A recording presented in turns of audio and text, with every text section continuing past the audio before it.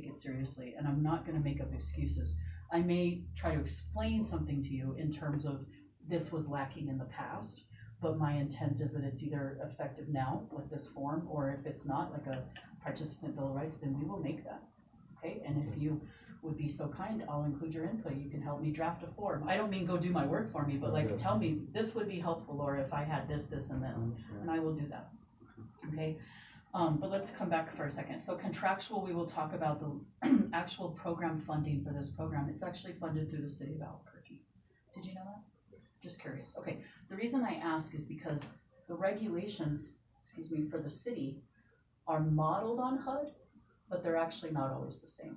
So sometimes when people do have an appeal, and this is not a formal appeal, this is just you and I talking through it. If I can't solve your problems, you can submit an appeal even higher than me. And then we might go to the city, we might go to HUD, you could go to my board chair, for example, but hopefully you won't feel that way about me and we can work through this.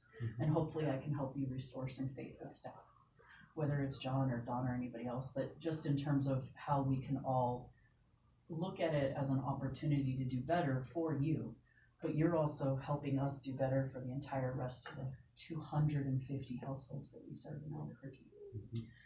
We're also statewide. So, you have me thinking of, wow, we need to do, like you say, a rights and responsibilities sheet, regardless of what it's called.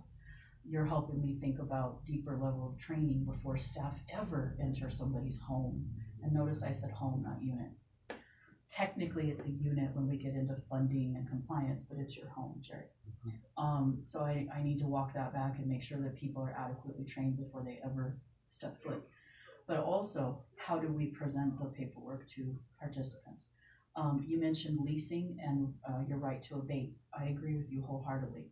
We need to come back to that. Now that one's going to take me a hot minute, okay? Because I got to also look at your ledgers, and my understanding is it's 5,000. This is off the top of my head. Okay, so at least I'm paying attention to your case, because, but I do deal with 300 people. So but let me pull the ledgers and see what I can do. That one, I will be honest with you, sir. It does get a little tricky because when I'm not collecting on rent portion, I am non-compliant.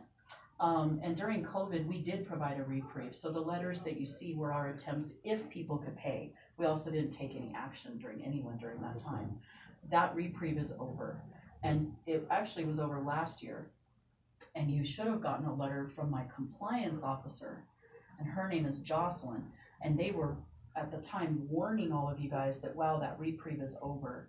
The funders, HUD, City of Albuquerque, Mortgage Finance Authority, etc., they're now requiring us to go back and collect on these.